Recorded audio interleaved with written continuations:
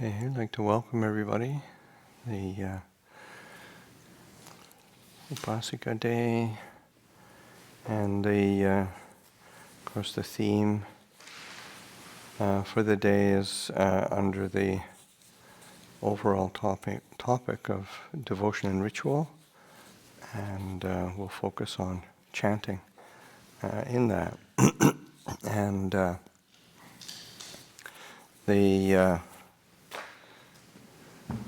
these Upāsikā days are tend to be, we at the beginning of the year we gather and collate the various requests that have been made for topics to pursue, and so chanting was one of them that we thought would be a good one to look into and look through the different aspects of the of chanting. Certainly in the West, there tends to be less experience with chanting, and as a practice and as a part of the kind of daily life or the routines of the of Buddhist practices or Buddhist ceremony, ritual. Of course, there's more known about meditation. There's more known about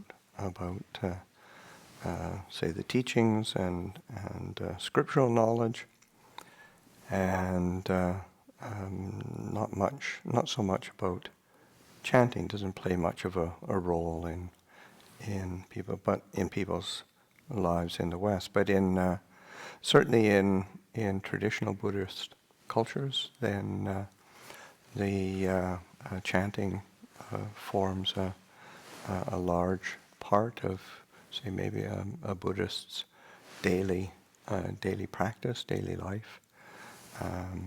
Or I was mentioning to the Sangha yesterday,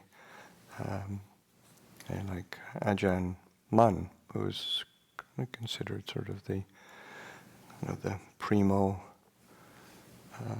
meditation master of the era, and but he wouldn't begin his meditations until he'd chanted about an hour or so, and then start meditating. So it's very much seen as a part and parcel of the training of the mind, and bringing to mind aspects of the objects of devotion, bringing to mind the Buddha, bringing to mind certain teachings, like many of that's one of the things with this new chanting book that we have now. There's more chants are available, and we've been doing some of them, but a lot of the new chants that we're able to access are teachings. So that's a reflective, a recollection that is being used. The chanting itself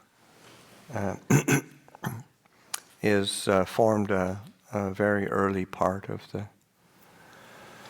during the Buddha's time of how the teachings were conveyed, how they were passed on, because it was it was not a written tradition. There wasn't a written scriptural tradition at the time of the Buddha. It wasn't that there wasn't writing at the time of the Buddha, but writing was considered kind of crass, and something that you do if you're in service of the king. So it's more like business oriented. To the administration of the realm, you'd have to use writing. But anything of real importance, religion, poetry, literature, all of that was passed on orally, and so memorized and recited together. So that was certainly the origins of chanting, are the recitations of the teachings and the way that one became familiar with the teachings. There'd be a group of monks would gather and then they would recite together, and same with the nuns. The nuns they'd be gathering together and they'd be reciting together, and different groups would, depending on their own interest, depending on their own facility, then they would be doing, say, fewer or more, or they'd be focusing on the teachings or focusing on the discipline.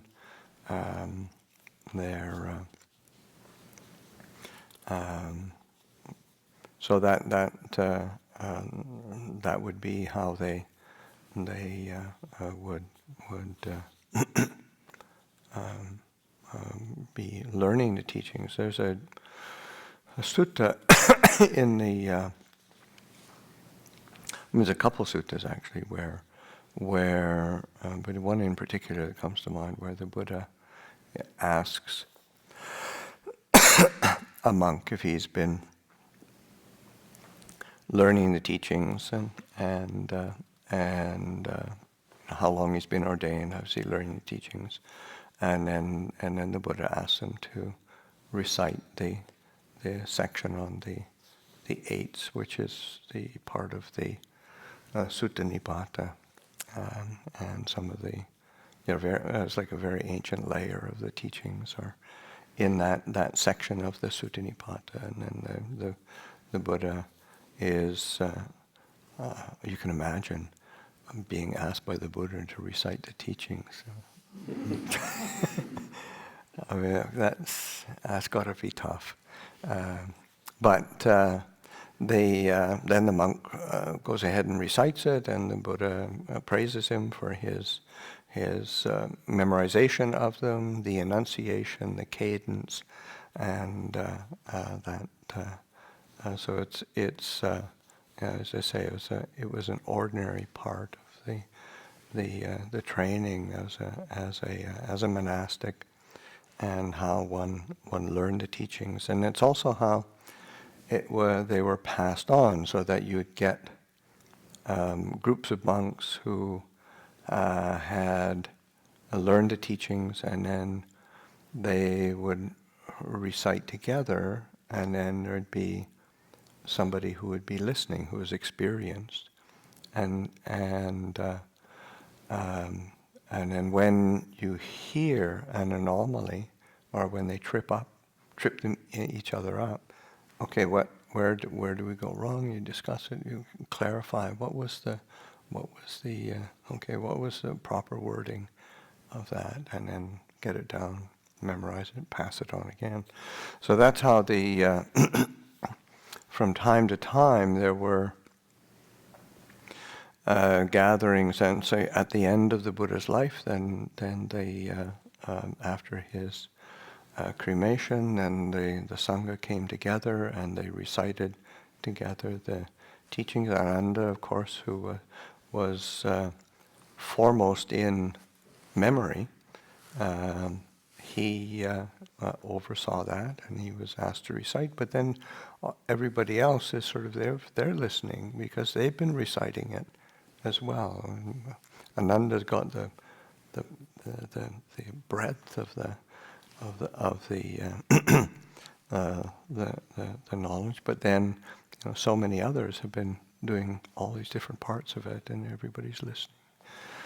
And then 100 years after the Buddha's passing, then there's come together, and of course there's a dissemination of the dispensation, and the Sangha's growing, and then there's concern of, okay, things are starting to get wonky here, and come together, and both the discipline, rules of training would be recited, the teachings would be and then agreeing again, okay, this is the body of work that we all feel confident and comfortable of. This is the teachings as we heard them and learned them from the Buddha. So that chanting is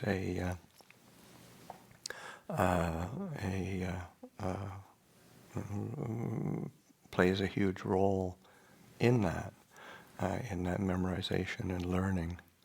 And of course, even in modern day India, then say the Brahminical traditions are still ritual, ceremony, teachings are still passed on in that way. One of the novices, yes, is novice still, at Ajahn Viradhammo's monastery in Tisarna, is from southern India, and he grew up in a Brahmin family, learning the Vedic chants and rituals, and passing on the teachings. So he has a huge body of memorized teachings from his. He did from the time he was a young boy till about the time he was 25. Then he got a computer science degree.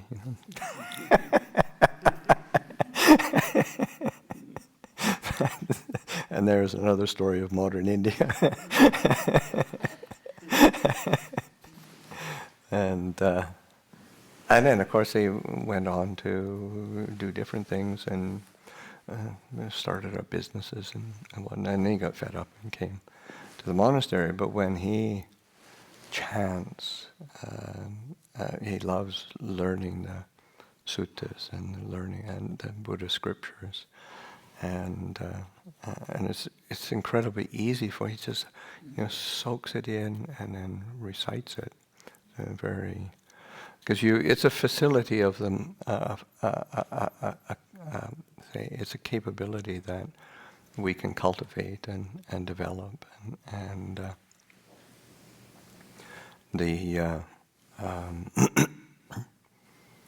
and when you, especially if you start from a very young age, then the brain actually learns in that way.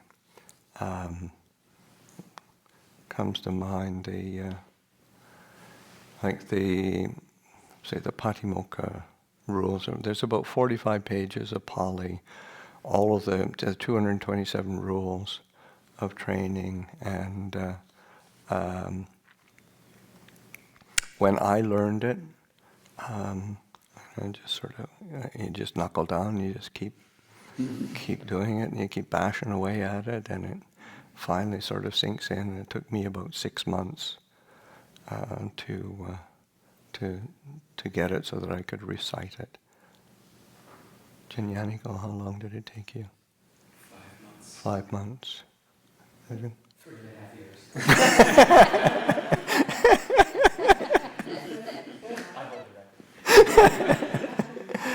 Pankachana.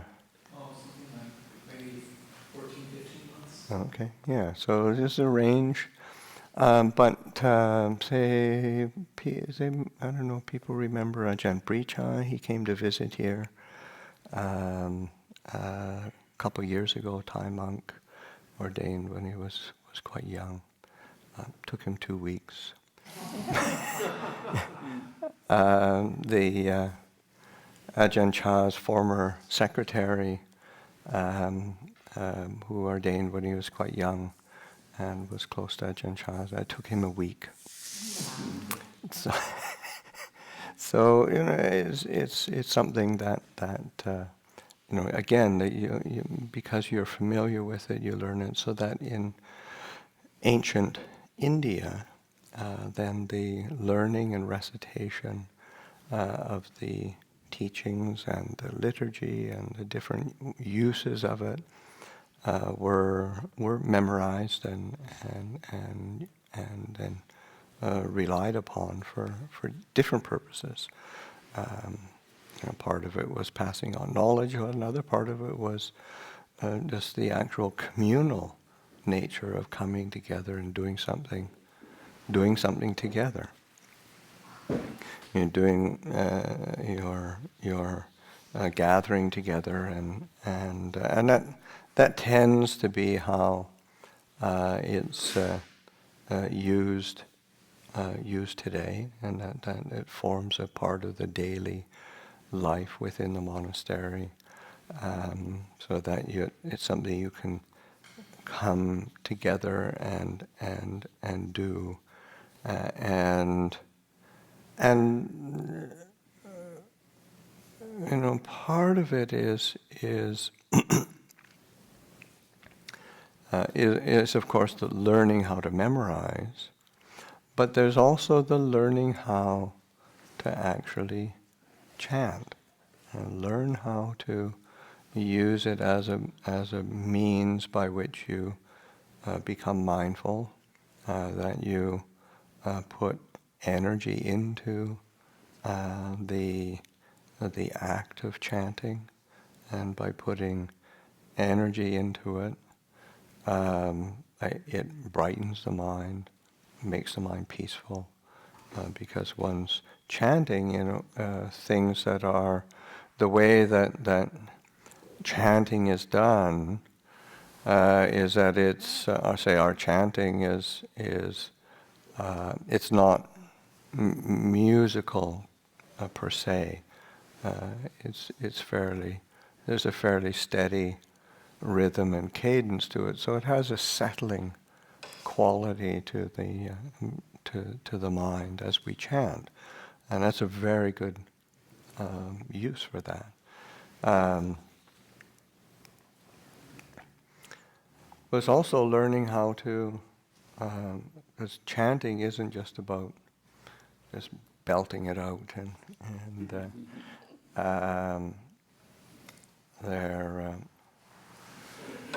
it's learning how to, a lot of chanting is accomplished through your ear, in that you're paying attention to the people around you, nearby you, and their tone and their rhythm, and you're harmonizing and synchronizing your chanting with them. So there's a necessary basis of mindfulness that needs to be developed, and so because it's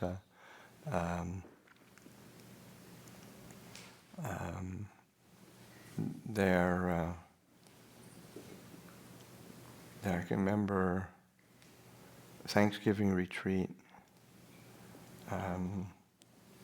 There used to be a particular person who would come, and of course a lot of people were new with the chanting, and then we were seriously outnumbered as the monks, and remember one particular person just really, high grades for enthusiasm, but tone and just flat, and it just pull everybody down. And sit right in the front.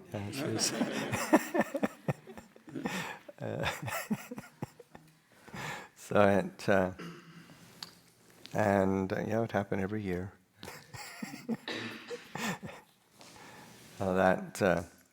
So it is. It's also, it's not just the actual producing of sound, but it's it's an act of mindfulness and mindfulness training of how to harmonize, how to and that was one of the things that my mother, when she first saw me as a monk, the first, one of the first, I think they arrived in the afternoon. The next day, there was a meal offering. It was in Bangkok. Meal offering was staying at a layperson's house. They had an extra house, so I was staying there. My parents were staying in the big house, and as well as Joseph Kappel's parents, Ajahn Papakro. His parents were in Thailand at the same time. So we went off on alms round, and we had our meal, and then meal offering, and then we gave the blessing chant. And that was, there were two things that impressed my mom. One is that I put all my food in my bowl, and things were all together and touching. I was a very fussy eater growing up. And but then also that I was able to harmonize with the monk, because it used to be, it was very painful for my mother to hear me sing. Sing in air quotes. And she would always just remember her, says, "You're not listening."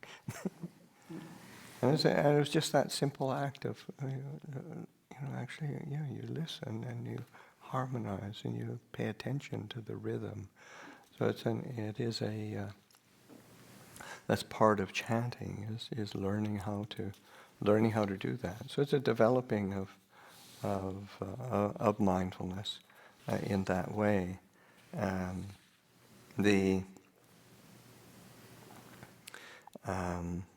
As we do a recitation of the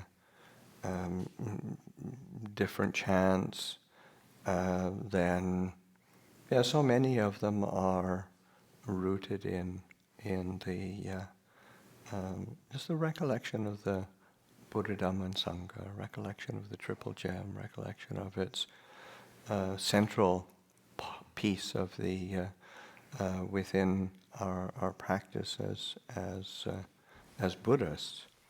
And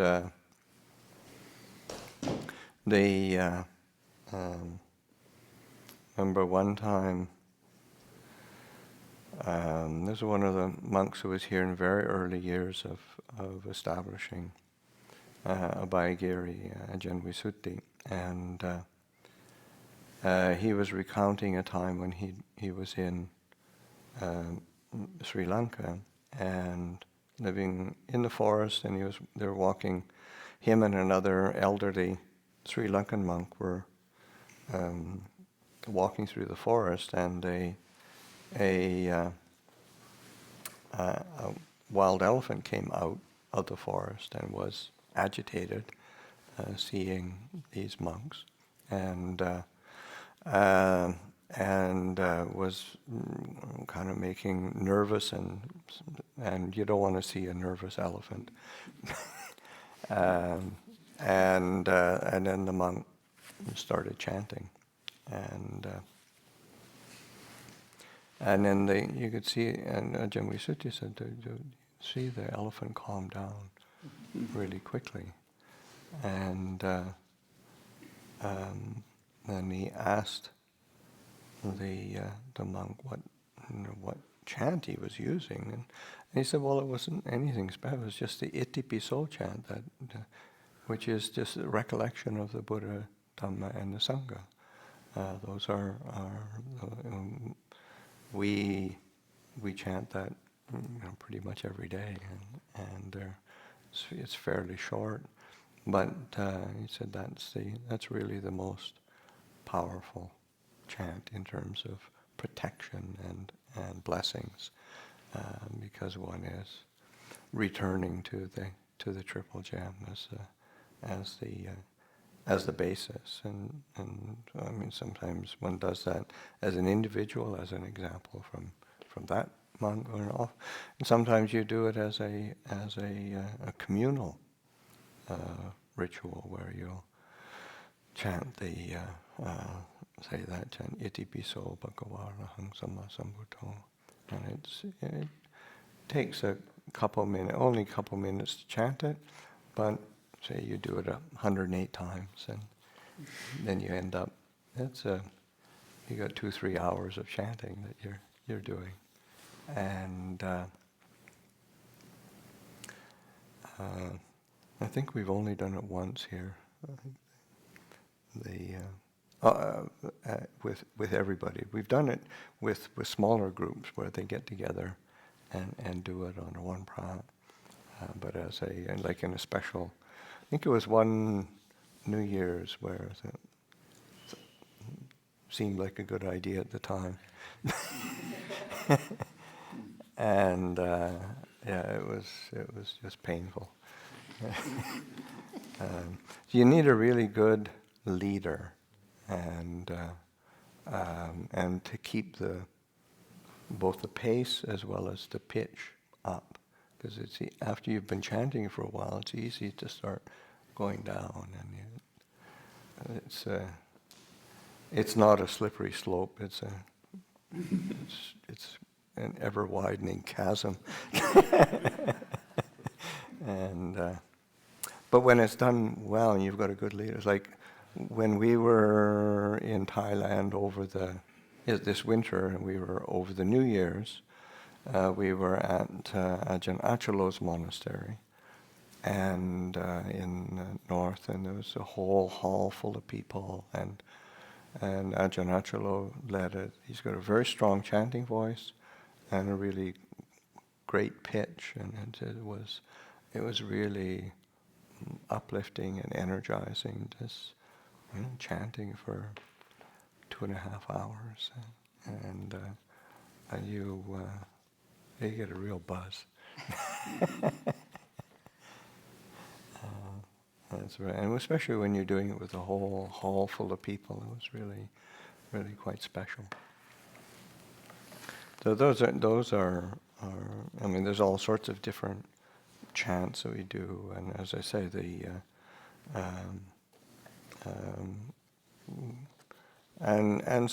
chanting isn't just for ourselves. I mean, the chanting is for others. There's a sutta where a deva complains to this monk, saying he had a large part of his practice was chanting, and then after he had some realization, he was liberated, then he spent most of his time dwelling in kind of the bliss of liberation, and he wasn't chanting. And the devas came and complained and said, when you were chanting before, we could hear the teachings, and now you're silent, and it's really not so beneficial for us. And so it's like not something that we do, say, just for our own personal growth, but it's also that others benefit from the chanting. And when we do it, it's reciting the Buddha's teachings, reciting the qualities of Buddha Dhamma Sangha. That it reverberates out. It doesn't. It's not just a solitary thing. And if one say widens one's perspective of living in a universe that's populated by many realms of beings, and then there isn't a huge barrier. And to me, that's you open up the possibilities of the kind of world we live in, rather than some kind of tight, narrow little material world.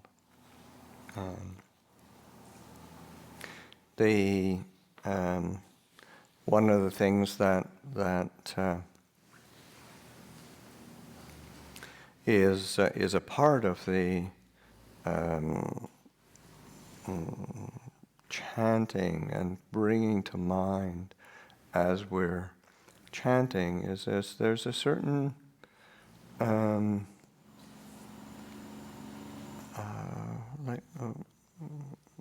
like an assertion of truth, in the sense of, this is something that is good and true and beautiful, and may this be a benefit to others.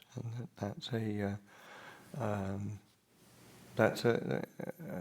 so that the chanting can be a conduit for that bringing that goodness into the world, and of course bringing that into our own heart as well, because it's it's so easy to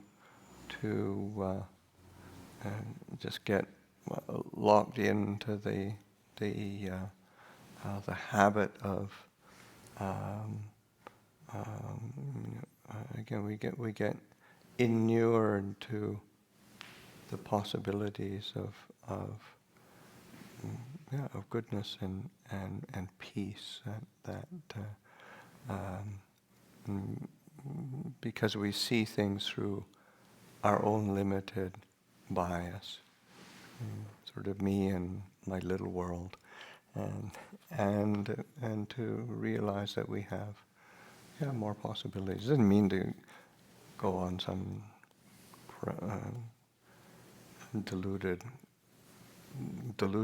delusional grandiosity, but it's just sort of opening that possibility up, and one finds that is that both brings brightness into one's own mind, but also is that possibility of bringing brightness into the lives of others. So this use of the chanting, but also so much of the chants themselves are rooted in the teaching, so that when you chant them and you become familiar with them, then much of the terminology that defines the Buddha's teachings and the path of practice are embedded in the chanting itself, in the vocabulary that we use. So then you gain a familiarity with many key terms that are part of the say the regular chants that we do. Say when we chant the just say one of the morning and the morning chanting that we do, pretty much every day. Of course, there are many terms through there that are very important for me, but there's one that is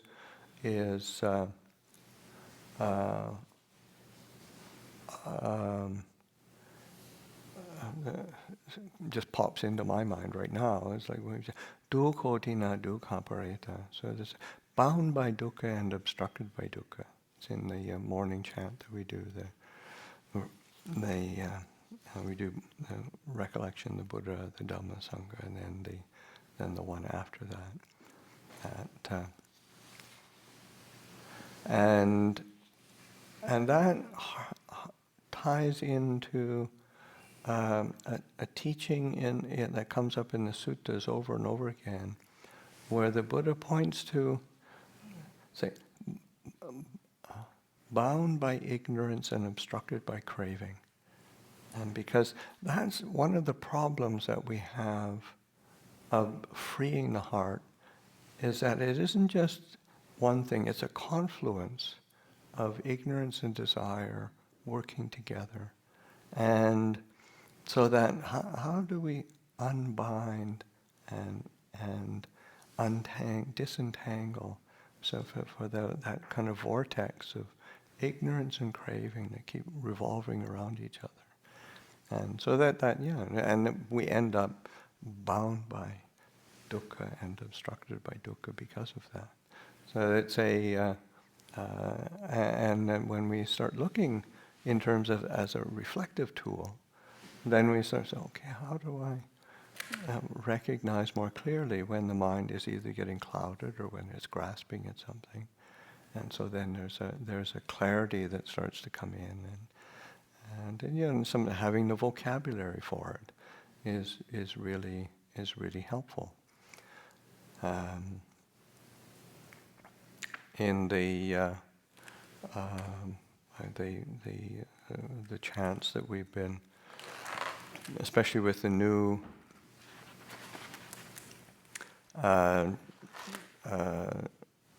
chanting books that we got. Well, it's a couple of years now, but it's when you chant the Eightfold Path, and then the Eightfold Path is clearly laid out, and there's the what is right aspiration? What is right intention? Samma sankappa. And then so, there it is. Just that freedom from non-ill will, freedom from desire, freedom from the freedom from the thought of harming. And it's quite simple, but really you've got a clear definition that is from the scriptural basis, and it's actually not complicated. It's not, and it gives good guidelines, or the right mindfulness, and seeing how the Buddha, the words that the Buddha himself used to define mindfulness, and it's I found it so helpful, and because I've chanted it so many times, it's just there on the tip of my tongue, that there's the four constituents of right mindfulness. Atapi sampajano satima vinaya boche vinaya loke bichato manasa. So then it's and that ardent, mindful, that clearly comprehending, and the pulling back from the likes and dislikes of the world. That's your definition of mindfulness from a Buddhist perspective, as opposed to all of the different. We get swamped with all these different ideas about mindfulness, and some of them are good and some of them are not. But it's helpful to have. Well, what did the Buddha himself say? Same with right effort, and just when you chant it over and over again, and the Buddha's effort is like this, and it's this clear definition. These are, and when you've learned it, you chant it, you've heard it, and it pops up in the mind when you're meditating or contemplating, because it's there, and it seeps into the mind, and that's the kind of thing you really want seeping into the mind, rather than so many things that we get through media, and it has a very different effect. So that the chanting is a helpful tool for both preparing the mind, training the mind, and understanding the mind. It's a practice in itself, and it's something tangible that you can put effort into. I think that's one of the reasons why in traditional cultures, then chanting forms a large piece of within a Buddhist culture. I know certainly for, say, Thai culture, Burmese culture, Sri Lankan culture, they all start learning chanting from the time they're little, and it helps. It's something tangible that you can put effort into. You learn something, you're able to maintain it, and then it's a good anchor for when one, both on a daily basis, but then also when like I can remember one time talking to a long-term disciple of Ajahn Chah, and he had left Ubon, the province where Ajahn Chah lived, when he was fairly young. He just recently got married. They might have had one of their children, but then it's like that was at the end of after the American forces pulled out of Ubon. The economy basically collapsed in Ubon. So then he make a livelihood. So he went to Bangkok, setting up a business, putting a lot of effort into setting his family up and being in the business world in a big city.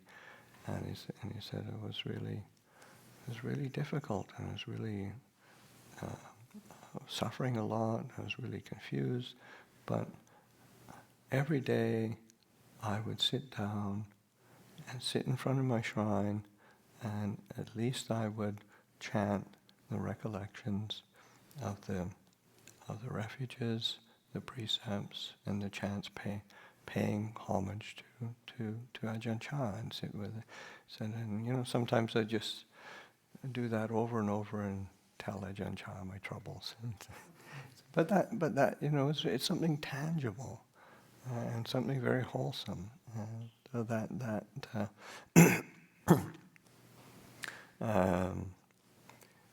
whereas you just try to sit and be mindful with bare awareness, and it's swamped with everything.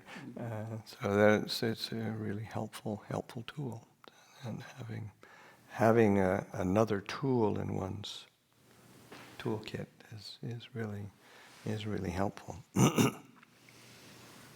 So those are some thoughts on kind of history, origin, overview, and any questions? Yeah, John. I had a question that I asked in some other forum, either here or on the coast, and I can't remember which is in reading this, doing this reading that was attached to this workshop. I noticed again reference to using the practice to in almost a prayerful manner, and I'm thinking specifically of something really specific. My niece, one of my nieces, has been afflicted with epilepsy, and she's managed, and now she's in her 20s, and she was all set to go to college, and it really came roaring back. So my brother sent me a picture of her, and that I can't get out of my head really. I mean, I can, but it keeps coming back. It's kind of haunting, of her from behind with her hospital gown and her hair coming down, and then this incredible nest of color-coded wires hanging down her back, coming out of her brain.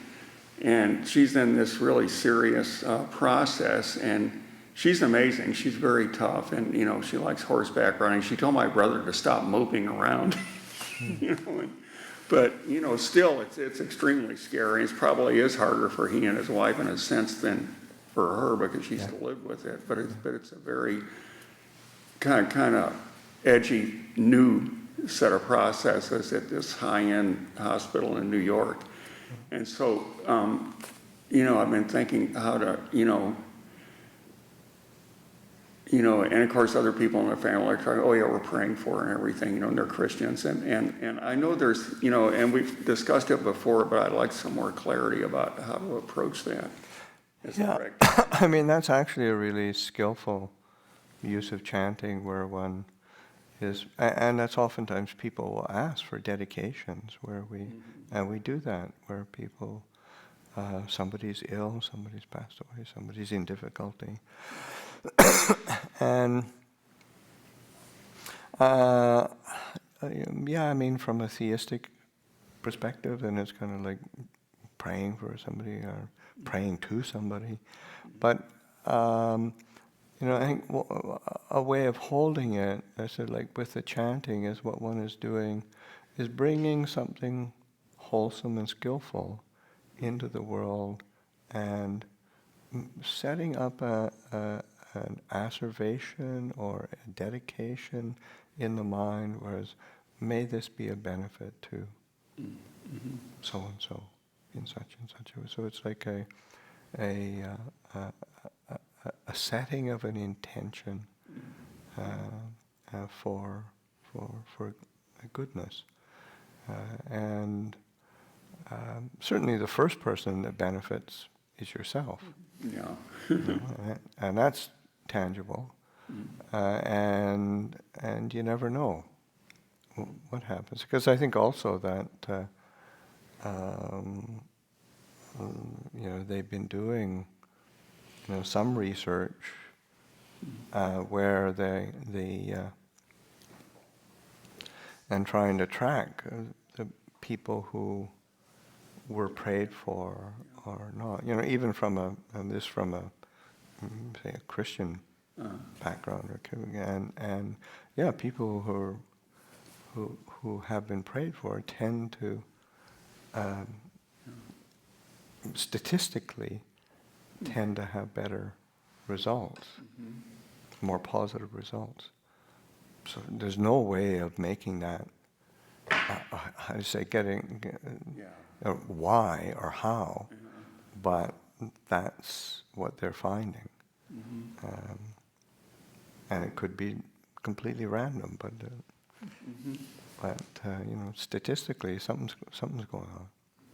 So it's sort of a matter of dedicating any merit you accrue or your practice to Sarah, for example, or to my niece, for example, like carrying that thought as well. Yeah. I mean, to letting her know that that's what you're doing. What you say, you've asked the monastery to dedicate chants for her well-being, and I mean, just knowing that somebody is, caring for her. That's a big deal. I guess I brought this up when we were talking about a fire kind of turning around here at the monastery. Right. Going back uphill, and the fire chief saying that he had no rational explanation for that. And, right. And he talked about all the prayers that were happening all over the world for the monastery and such. Well, what is that? So, yeah. Yeah, and it's sort of like, who knows? We create our own reality sometimes, but sometimes, the world kind of. Again, that's where I think you don't have to know exactly, but it's a better world to live in. Yeah. When you put something good into it, and something good happens. Okay. Thank you. Yeah. Well, there's a related question online. Yes. Somebody asked, how can you use chanting to work with long-term physical pain, and also, as John was asking, about other people's healing? Yeah, I mean, certainly the working with physical pain is or mental pain, where again you have something tangible where you're putting energy into it. It has the effect of settling the mind and giving the mind something tangible to focus on, so that it can relax and release the kind of tension around pain and the fear that comes up around pain, because that's one of the things that constant or chronic pain. There's an element of fear and frustration of it being, where if you've got something skillful to put one's attention onto and energy to put into, then one the mind can absorb into that, as opposed to absorbing into the fear and frustration of dealing with pain.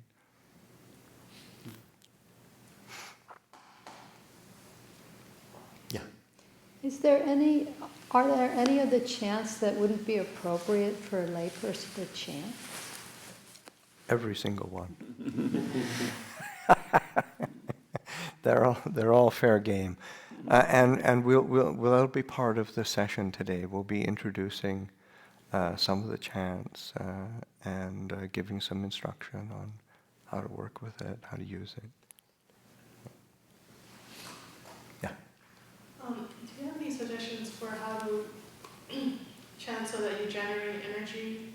Because I noticed that when I do longer chanting or rhythm chanting, that I get tired after a while, and sort of kind of my voice doesn't have as much strength. Or do you have any suggestions for that? Posture, breathing. It's a different. It's really paying attention to posture, opening the chest, chanting from down here.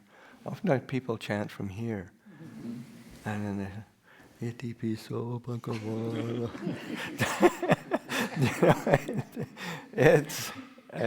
But it is that posture. You don't have to be Rama. It's the same with sitting, really.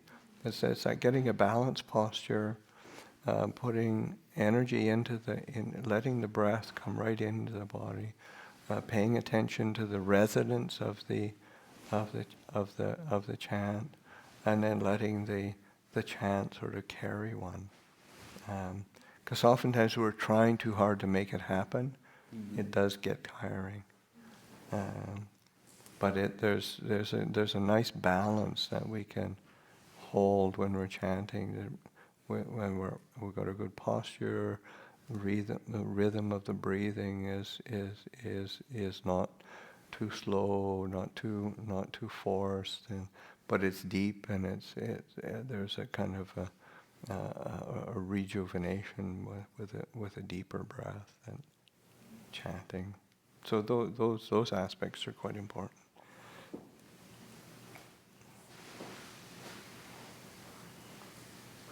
Is there any danger to chanting? I know some traditions kind of say that, like, when you chant, you should be careful because you can generate bad karma. Wow. Yeah? Yes, maybe you're off key, throwing the whole room off.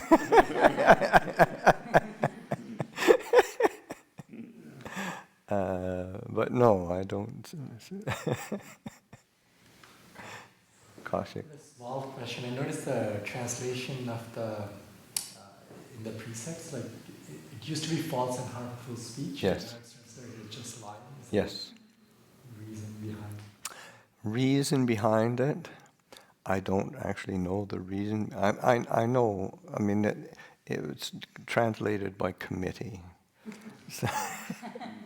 So, the actual word musawada is a false speech.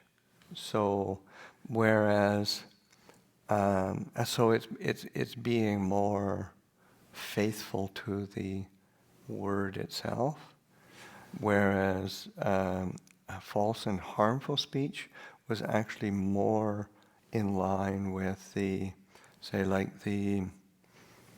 four courses of wholesome speech, as opposed to the actual precept on that third precept of false speech. So there's, like in the Eightfold Path, there's there's 10 courses of wholesome action. 4 of them are around speech. And it's a very important foundation of actions of body, speech, and mind. And so that gives a good flavor of that. It's a false and harmful speech. Whereas the actual precept is very precise in terms of false speech, lying. So it's translated pedantically, in my view. Whereas I think it was more useful to have that false and harmful speech. but it isn't quite, isn't absolutely precise. Yeah. Is there something I can use to help me with the pacing of the chants? Because sometimes it seems like it speed up a little bit and slow down. And I'm not familiar at all with This month. a great cue. Yeah, that's sort of the cue for coming in. This is Ajahn Karunadhamma's next section. It's going to be around the pronunciation and the nuts and bolts of yeah, he's not a shill in the audience. Yeah. But it is that's the next part of the session. We ready to go into that section?